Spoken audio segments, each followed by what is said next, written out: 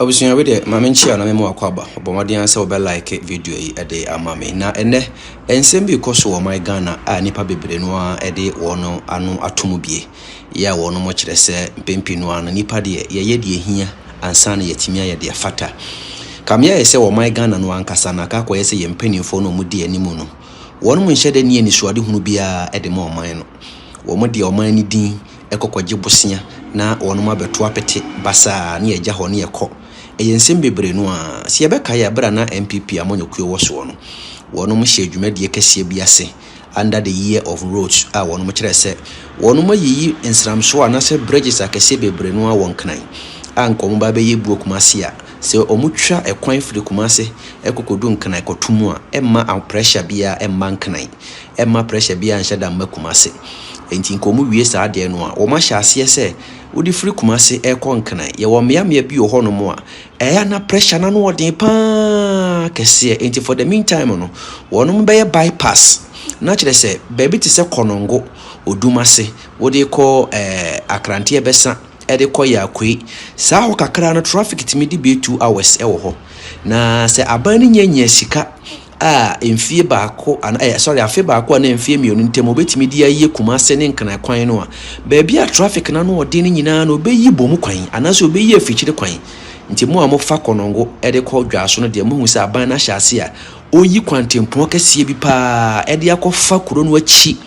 sade ebe ya se wonye hwe wo konongo kuro mu a enya ade se wo befa ho o konkana ya ebeboa ama sa traffic kese pa no ede afiri ho sabi ena jeye kufo eye no nkokko kane nanka ufiri nkanan wo transfer wo mu na wo ba nkokko a obetime di donhwe de be miensa wo ho enso aban ne hunu se nipa bebre no a ekodi traffic so wo nkokko ebra wo mu tohwe wo nkokko wonu mu nsi wo nkokko wonu mu nkoye hwe wo nkokko nti aban ne tu sa na mo no eyi kwan ne firi nkokko okurumba beto abonten enti se wo be branchi afa nkokko ana kyese wonim de wo koye ho ana wo kɔ kofodua na ba bi sa no aka kofa ho eno bi na MPP aban hya ase se wo ye enti mu amota afa nkana kwan so de mo hu se nka aban no wo yibo mu kwan afiri ba bi a traffic ya no odin pa no ansa na mrepam no se bi se pressure no kɔfɔ mu a na wo no mohwe na ene Ghana fo yakoda sorde ye Ghana fo kire se MPP amonyokuo na anamo bebre no omutuye na oman nani anso se say de His Excellency John Dramani Mahama ene yenya ne mu arehemu ampa oba ye nso watimi de nema bebre no agu akwan mu Ghana ye ne aso papa say dollar etumi aba form aba bedu 10 say 11 ama inflation susu anya single digit ehwan aba form enema bebre no a ewom se nya bibia na Mahama ya Ghana fo pe koko buonte so ene school fo ayamfa wo mo allowance emma bibia enema bebre no ekoso de na enei amani ababeto ya pono so kire se aban no wakati so do wie a oba beye Kumasi Accra Expressway anase Accra-Kumasi Express Highway oba be Express Highway different kran aba befa oboase abefa lake bosomtwe so abefa lake bosomtwe aba besi atonsu agogo abajesa no ene nipa dodo no ebisa se enti sikapudio aban ede hye adwumadi edi kan ne mu nyina no sebi amanyose mu nti no ye ba be jani nyina to ho na ya ba be hye bibi foforo kora sifiri nkran so aba be du Kumasi ebia nka kane de no ye betimi atenetene no ne aye ne yie se de be ya nka sika ye di kan de ahye mu ne ade enkonko ye waste enso so sebi to som etore bia amanyose mu nti no na ya ade bi na timamufo a ye ni bie ye bre ye koba no eto kakra na ye gye edi tua no eno ena sebi amanyofo ye omodwene ma ye nti no omodi tutu saa na mo no atore bia ya rekosem papa na we mo aba be piem o menhye fikasiem aba be se bibi di akere opem so otumfo asantime wura efa kwan ya sesi omba be ya omoni asrafo ena eba betu saa anamo no a sesi de minim se omu wi a eye ebeboa ama enkran ne Kumasi akobadie no aye hwehwehwe atimi aye contemporary ntem kama de asomdua aba na nso so sika pudu aban no ede ba be hyemu ne ebisa se enti ebe jarka dada ne nyina ho aba be ye fofora na amanyose mu nti ene school dan hodo bebre no na aka wiram no anse we na start ye me ba me nwie we na sha ase me ba menye saa magana ohia buruburu woni atimo nso so ye nwene ye ho akwasi buro yimpo ntu sika engu nwere musa na nso so sa ena ye de ye baba ye ntie Sadiq Adams bra wonya daje no chirechire mu fa ekwan dwumadi a ene baba ba so wo oman Ghana mu ha padaroma mesre se me video e obe like e de amame share manen koto afoforo afenso so ne titiro no fa wadwenkyere bra na ye nyina ye nhua mu ade. What is the greatest infrastructural project in your opinion in Ghana? Adie be pa aye physical infrastructure aban di sika si abekasa adi we di aboa Ghana pa yensia enka Ghana nka ye shebre so ate. Oh baby, the greatest infrastructure wa wo hwe ne so ma me musa ade na ye Ghana ye di sika hye mu asie ho abanfa so pa ma ye the greatest infrastructural project, the biggest infrastructural project, not the biggest in size, of course. The impact nana boy den wa dream no the biggest, the best infrastructure era be na okay and I say Ghana. Yes, they di kan yakosombo dam ifra kolebu fantastic hospital no fantastic. Tell me who no. I call internet and so dia site ni nyina me fa ne say AI and I say be a more ranking akosombo dam. Almost say the greatest infrastructure project in the history of Ghana. I agree. Hospitals so aboa. Hospitals na aboa. Kolebuni G obese G. Yeah, G. Aboa but eno kra mu ye no free ho mo de tema port. And a twaso. Na kan we can airport. And a kutuka airport here 3. Yeah. What? No, a lot. Accra International Airport. Oh, which is adventurous, Libya. The greatest infrastructure project abanya ye.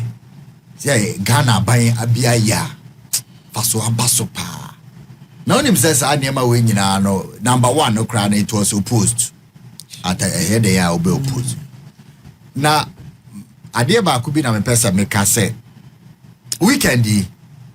me ne mpanyimfo bi didi nkomo a ebi mo call Mansia Palace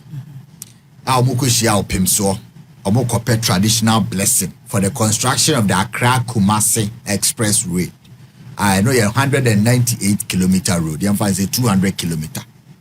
Now, omo said the new roads are no near express in the be 170. Na 20 na kana na 30 na kana trunk roads are leading to the urban Kokrom nankasa. Na express road ne be fa Ablikuma na kwa kofa Achimda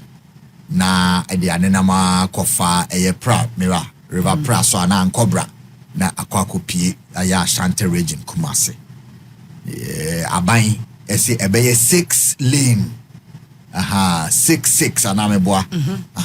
6 into 6 wahana 6 waha 12 lane highway no ebi ni ha nti omene menhia ekodi nkomo ma menhia nso ede omo blessing ama se omo nkoto omo adwumadi so ye gane tie se kwan ne kra de ye ka sei no soja 4 omo Ghana Nico me ba cho yenkoi na ye hia se na ye ni bre soja 4 omo Ghana o ma hia se omo do kwan no sasa ne be ka no omo bo omo yi nti right of a way and omo clear o kwan no baby a woti bia ne amo wo se baby a woti de ye betu enti tuntem na ye team omo call mention pacha ko Facebook a betimi follow na me point I me making in and say nana in my opinion say abai to me ye 6 lane road to Kumasi ye fan 200 kilometer road in our era ebeba be ye the greatest infrastructure project ever by any government. Meaning say obi or contrary opinion. If the government is able to do this, yes, so maybe 2028, 2029. Or the father said 2029, and ye baby 2028, ye be too. Na enye 2 lane kromon fasonko. In my opinion, if we are able to link, because we share the list of infrastructure no more kana, even tema motorway or more less than a knife greatest infrastructure project in Ghana motorway I just 20 kilometers or said no almost say abua nyesa anka nema a free port I ko baby no nka traffic e besi okroma enti in my opinion say government in dimua this will be one of the greatest infrastructure projects ever done by any government in our history and in our era because Akosombo Dam na number 1 there and the sopi road yeah oh honey I 20 kilometers near see it near 200 kilometers elenke the busiest way and are the busiest cities in the country minimum adria eba abai trim so obey way and you can see say clearly no they are bent say o ma start your model kwan ne there yen so ye bo ehun the road say abatu mpo no mo de ya the ebe can say ebe ba be ye ade be see da in our era ebe ba be the greatest infrastructure project and so wherever they will find money to do this they must do.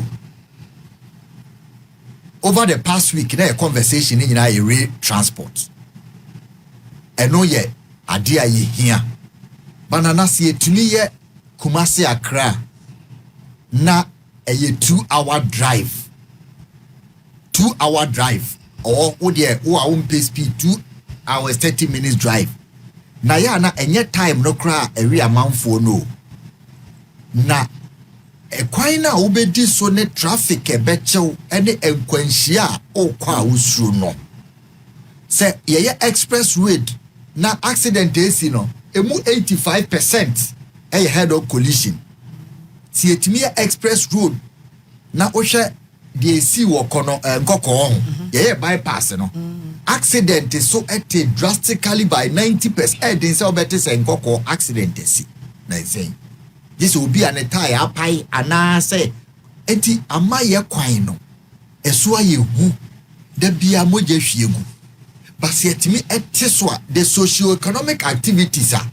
kwan we de beba no ena no kra ni nyame adim say we ye nton pa no wo so this bia omuso mo be ye special tool we kwan we no fa so tool na obetua no e bia times 3 the obetua no normal one so enti this is what we believe in. Say yenyanye de ba the Kumasi Accra Expressway 666 lanes ebe 12. Say abantimi ye wia ebe ba be the greatest infrastructure project in our era. And the reason why they must find money anywhere. They must find money anywhere. And then we say e could be the krata aba say omo metre ba bia omo nya esika omo de koye sa kwan no. Many ekuo no me support o mo de o mfa krata ne mra but kwan ne de because anano pay mabobo ne ma miensa so 600 million and ya share from your oil revenue in 1 year unaccounted for 600 million cedis which is like $60 million anameboa $6 million and $60 million ya share and this is oil nko ye be call education sector ye be call health ye be call cocoa sika ye share no obia musasa he fa de hwere fa ade bia ye be ye be ma timamufo yenya ehun sinsanso no because ya anya ankrofo yi ekwan we politicians 20 bit me di hunska 20 pebeti ba che dia ombe okay that's it politicians 20 ombeti ma che aha ma pause wa ya menko bio se omo wie na enti say ya because Cote d'Ivoire de na enti say ya omo expressway no ya mo so et udu wa to no say ya obukra de 44 lane 8 yes ye 6 nti se ade ye da TV so ya ka mana ayemo se ebumaso amamma ne buwaso mana nye wahi ye ne enim kwan a yetwa ene enim de enamu ene enim oman ne ba bia ye dru nti a ye hia Gorgeousburg road to Kumasi nana boso mebo nana eka no yawmu otumfo se ye kwan ye be ye enfie bebre ni Gorgeousburg ene yi ko Kumasi ye nyanya mejo ye koya ni aye 3 kilometers 10 kilometers 4 kilometers 20 ni abeda president Kofo koye nkoko bypass uze ototo traffic ma na odu ha na afi pese otene wonam kakra 2 lane Kofo de en kwa 22 enye 4 22 mpo no odu ha na wa hwe anytime amedu obi na mabo president Kofo abaso I say ho na wo tene o car num kakra wo tene o nem say me wo pro engine num because wo de kucha saa na ukosi so I say oh ye ba na obi akoye kakra no de ato aso da bi na say ye nyanye na Accra-Kumasi Accra pa na de ne convoy ba na so oba bi akra wo pe plane obenya na car 5-6 na edi na chi wo kọ bede na da bia na etime twa plane ticket amani pa 20 na eba program on crime da bia no de flight na nam expressway so na ka num di na chi num di na nim na de na ba be drone crime na ba any program na kọ na eba crime abefa plane o nam kwa so chia ne mindful e kwan no nye kwan a just o de motorcade pam ni pa Africa na so ansa na wakọ na say yetimi ye wia ebe the greatest say President Mahama etie mi anope ya mampanyi mo ma men kasa nkyere no ba bia minim say oba ye no ope legacy mampanyi 24-hour economy is important, it is very important, but okwa 24-hour economy nya ade ade be kayo mampanyi obi obeye niam bebre sesi ase gold mining also nationalize it, Ghana local content enya dia ye be kayo but ene oba kwa me nkruma din a eniama policies obeye ye nyina de de kai no paaye akosombo dam all ye no na amanfo bi kutia no ebi ka say what is the relevance of akosombo dam because he cannot do this or de be ye no ebo amanfo bi na Ghana Accra that time say Accra nkwa na ekuro I'll be funny say kuro now who be power na o hwe power na be generate na ebro Accra so bro Kumasi so who be chichira de we nyina abese iska kwa abra ye pebia uni say o kasa wo be ye bibia nipa be hu ade foforo wasa wo de ye pesika de ye say hwe people don't know the impact of World Bank report no almost say o my bia o be move forward the first thing here transportation so my bia pese ne man ni tumpon a China mo no say bi o nya nkwasiafo no mo ye bridge akese e fa poso no transportation to know that I can move from here to here mampanyi Mahama no pay baby bia o benye ska se eye wo bosia ne je de ye wo bosia se wo bosia mpo na wo beje na wo dia construct a 12-lane Kumasi Accra Express Road. Now they are two. Now obi nso beba no obeba beye Kumasi Tamale Express Road that was so. No obi nso beye Tamale Paga Express Road that was so. Mampanyi ye. Na emfudie edwadie emie o mainum. Mampanyi anopei baby a obenya sika free bi a wo de beye kuma eno ni ade a se o retire from politics a udi empa Ghana fo anum da anopai bosia kra koje na hye omobo se de Ghana fo omo pe ade a efe no Ghana fo yani ate o de Ghana fo politics na adidi etrim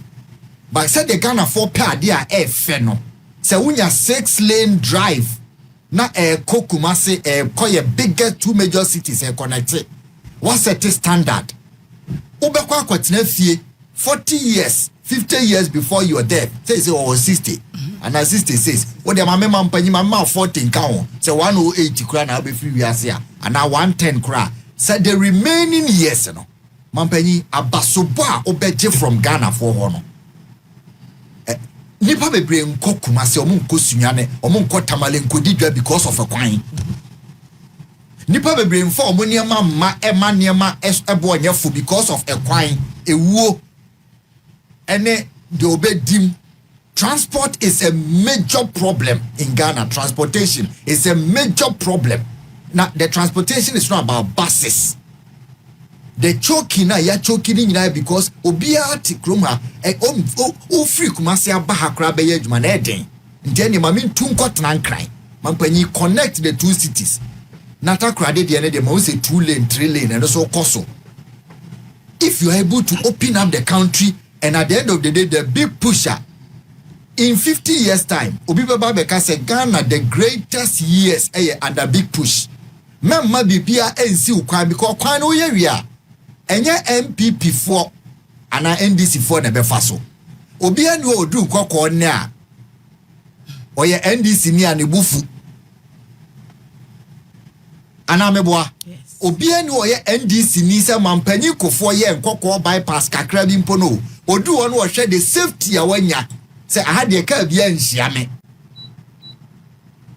on bob obe we within ikra bebo president kofo abaso say ebi mu free baby ba no ma bedu ene say wo MPP for mo terminal 3 abaso ana meboa otu kwan no oba no hwe first no pa say de na Ghana airport tie na ne foreigners ba US for ba mo say hey Africa pa this is the airport who feel proud ya obi be wo mu say o oye we wi am party no mu nya ba enya abanti ne atikruma se Ghana for betu na free so ombetu na free so ombetu NDC a but yem pempuntuo se dia akosombo dam abekuta yemu ne ya yentumi nye bintu aso no ya bui dam ebai se kabidi ho a ena ne yede enti okobo na na ama ne edie menkoku na anim ase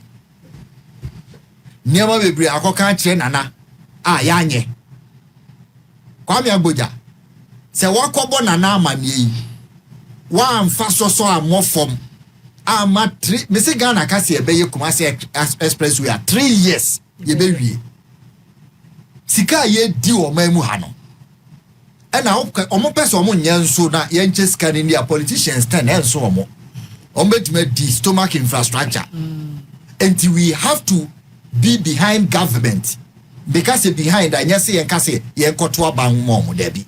we have to be behind government ye mo ye kai omo say adie we beba be the greatest infrastructure project in our era and they have to do it wherever they find money regardless of any opposition say a quite 10 nebeko Kumasi ne na ombenye sky omonye na omontwi nko tamale omontwi nko ye free no so oni asade aka say anase ye no ne yatimi adwene say ye train so obi answer standard a de enti amampanyi be 6 lane ye kofo ye 2 lane no say yan start standard a be ba be 1 lane no ko a kwame agboja wonso udi we hobi ebi kura president kwa na opa dia o se na nse ato force onye obi na nka opa president adi amanfo de ahye ne menya sure say ato force started so any political career obi be kasa ato force ye presidential material e wo NDC mumpo ono mpo as a person anameboa ato force as a person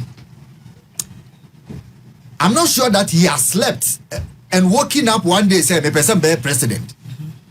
ebi ebeba ni team but MP na wodi no hwe ni dimi na very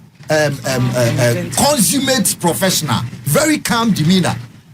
minim politician bia ba is one of the few politicians I hwe na say onye obi a o chase niama bebre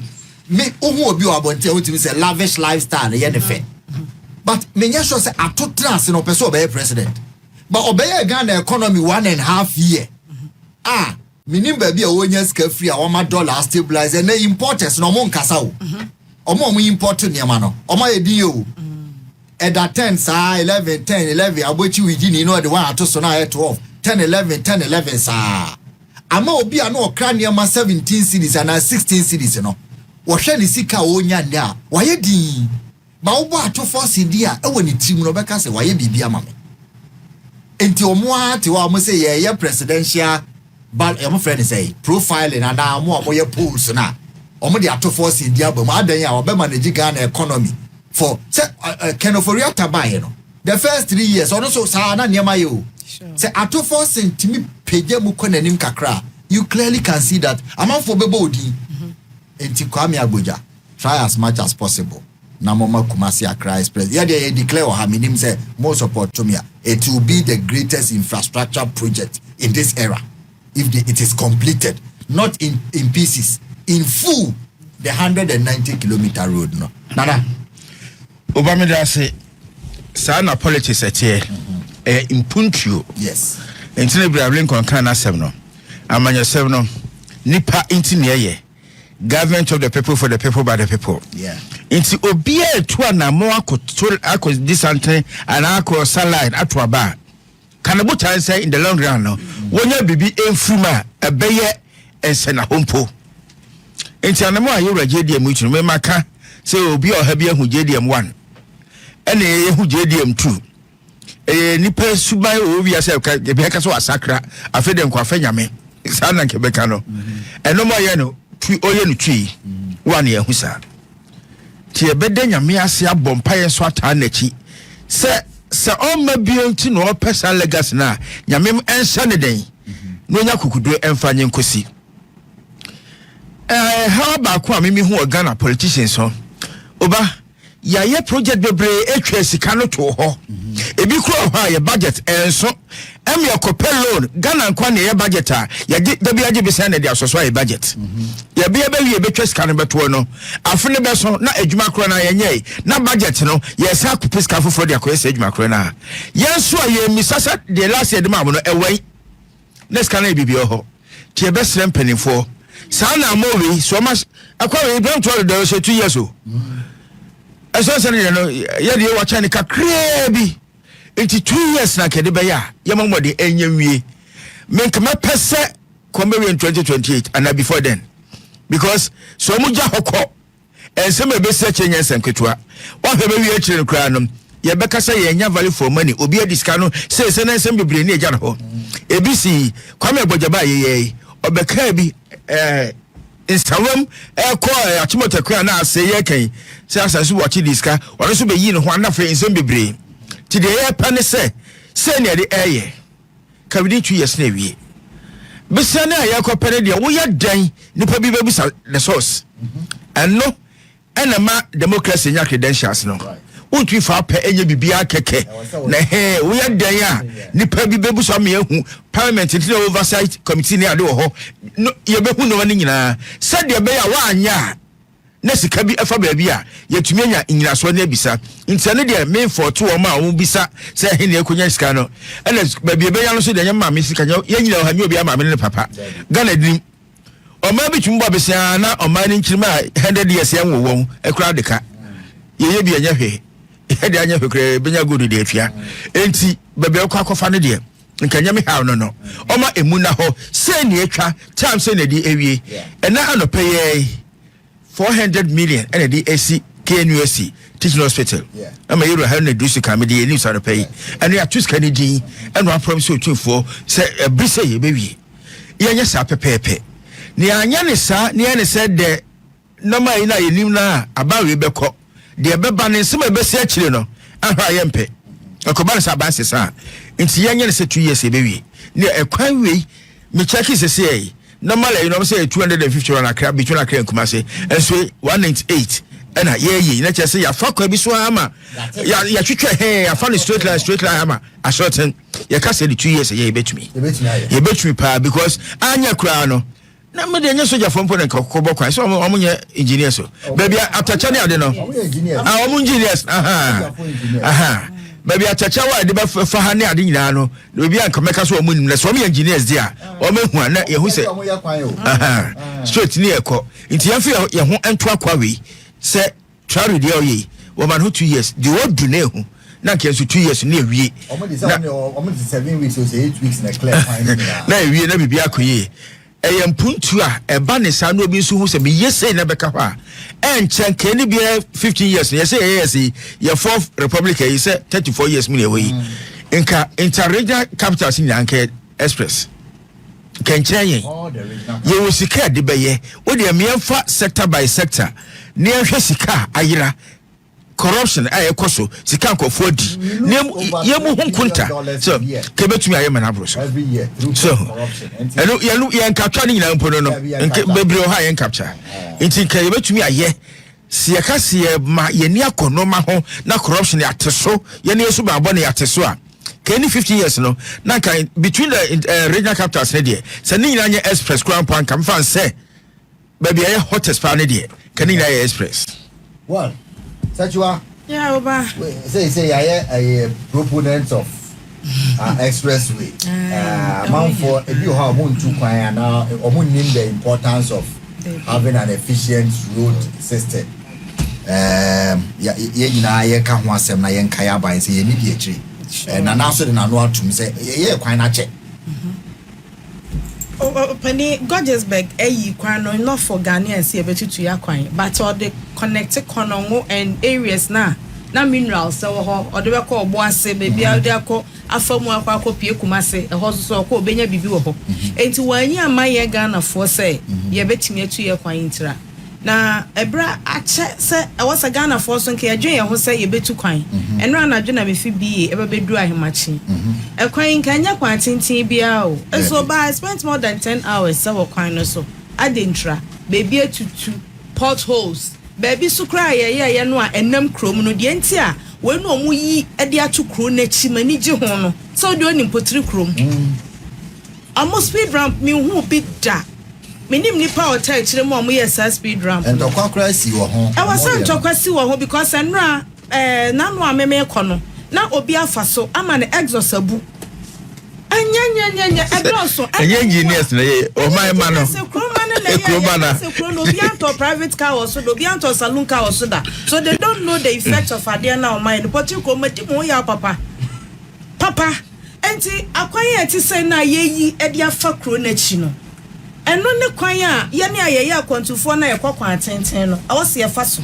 enti sanka aban di bibi ato nchen na ko wadi ni boshe so aya anka ye na 29 no mo ka so mbe wie no na me yam hye me na no mo hye kokoro rose ase ye bo mo ba so say ya baba ku ibai wase nkrofo diska wom enti o suspend besin ne kokko akuafo da so fa mpirikam ya anya kwan na ba besin ne ya anchi obi antum ya anyi sika bia contract no so ye twem beneficiary na anya mfa so wo so onya no ye o ka sa wa suspend ne da so na modidida ya anya ne hwe enti nko mo timi wie wo mo mmirem ati wo mo nsafri ho a anya so mo so be ne fechire baby wo say anka be dru 2029 no na wadu na wunu ho na ba be wrasa aban na oba no kon ye wa de ati wo nsafri ho ni ehun sa wo no waye because anyone so wo hwe malam intersection ho no mo a udru ase ho no mo nsuo to e ho chepo e ho chen lagoon omo anwie because a baby na sha ase ne breast no omo anwie ena ba foforo ba erata mills ba ye no e wose atwa ahomam ne edija papa kofo kwan enti baby a wo hwe ye adwuma dada ba bia ne ewe baby o moton fridge no ho nyina na nka ho ye kwan te say yanim ha sisi ase de hatie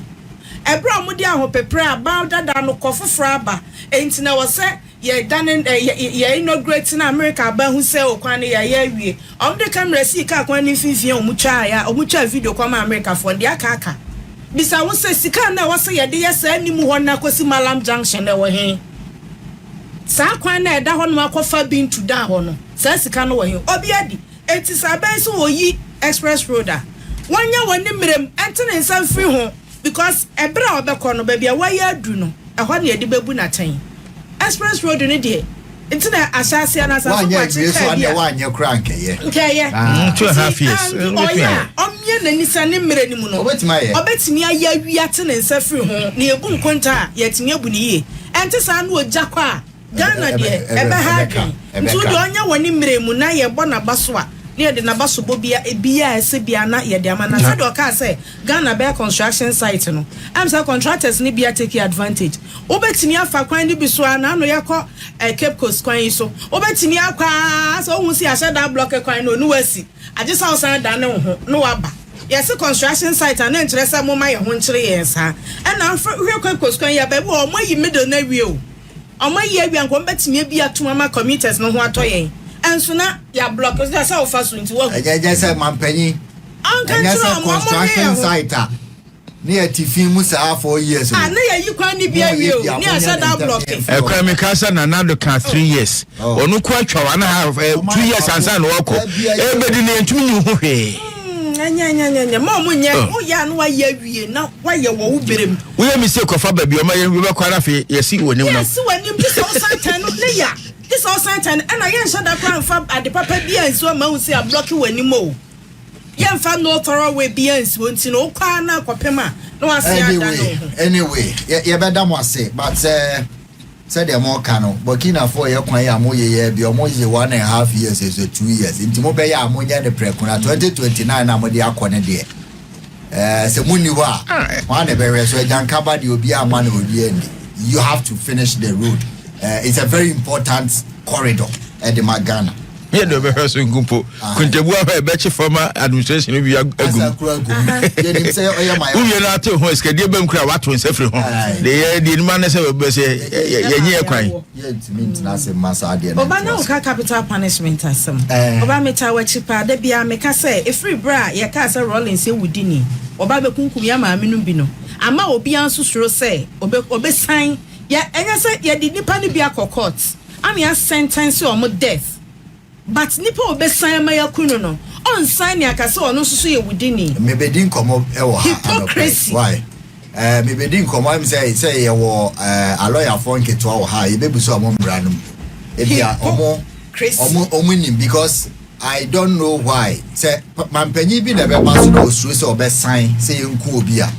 omo fa sa power ne ma obi a ye ntoni din what you say bia ye mpe obi a soja ni pani bia ye mbo ni din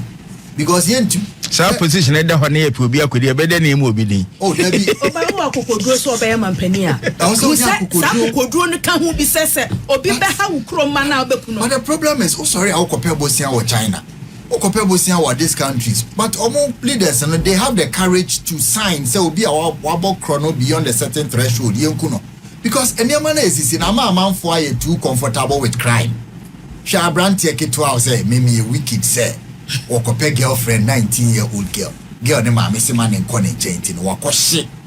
ne ma me no ahye akora na ahye ne nuaba just one washi efiem ahye nipa ne nyina ase we ne ko to prison ne asan je tax say onidi unam kroma na wasan be gina ka ho say boss po ameka crack ono san kodem aba there some crime jam robbers amokokun bekum Chelsea player omokoji omoniema omatutu wanom bibi say okokun nipa aba say yeku omo tre for who say do baby execution e koso aye hangi omo abunsa amanfo masa mekowiade kura bekum mi nyani but nipa ne timu say metimi dia kosie makwaba 7 years makwaba be di makwakwa ba be di dia tofia ba ma betena mu I think it's a capital punishment you know baby ana yentumi fa nkoye bia court martial in soja ban no atrase no wadi na say but ye what judges are omutimi di 2 years etwehwa ma obi gitum say me na mekum no competent courts ai me na mekum no asem ba ya ye ma obi death penalty ye kunu wie no enna no kura bi pay akire sa na nyo no a wenya evidence and one by a couple be and a man will be a cost with obvious adeno Ghana so yempere fo nyina on friend yami or sorry obi asuro enyo no timi pass asima nipa ondo no na bo na de enna me ka se prodo ye ondo no na bo na de aba ye nyame nketua ye nyame nketua speaking goes mame mo mi di nyankopon dabi nyankopon a wosom no ono no oso wo ya bone obehyew na ado watchia nipa no setna what ado watchia nipa no se hwe wo so na se obi kum ni nua wo se me de me be som sa nyankopon no ntimi nkum but nyame quality more than yes bonene bi wo oba so obi edu awunu ahwe ne kwa ye committee bonene be sikama penalty unit ne be kan huhu yanko veteran 500 cedis na ne dia ma no dia ma no o na afia obokoche judge obi Kumasi train free dem yes 1000 cedis ye penalty obi ka se huama afro na oshi obi asumba ko ne de no court ana mo bo na ka 500 Ghana cedis o say 500 and I said no come Bob Akoko. The punishment regime and you're strong yet the tip ya DJ we do for so too much. Me mampenyi bi omrama was science inside bi now. Yeah the 12 boom 13 boom ye boom one day I'm Roberts ne san crank to munyi ni ba mutimu disem no bi bia to beta. Meji komo kakra bi abasesia na ya ba beto so.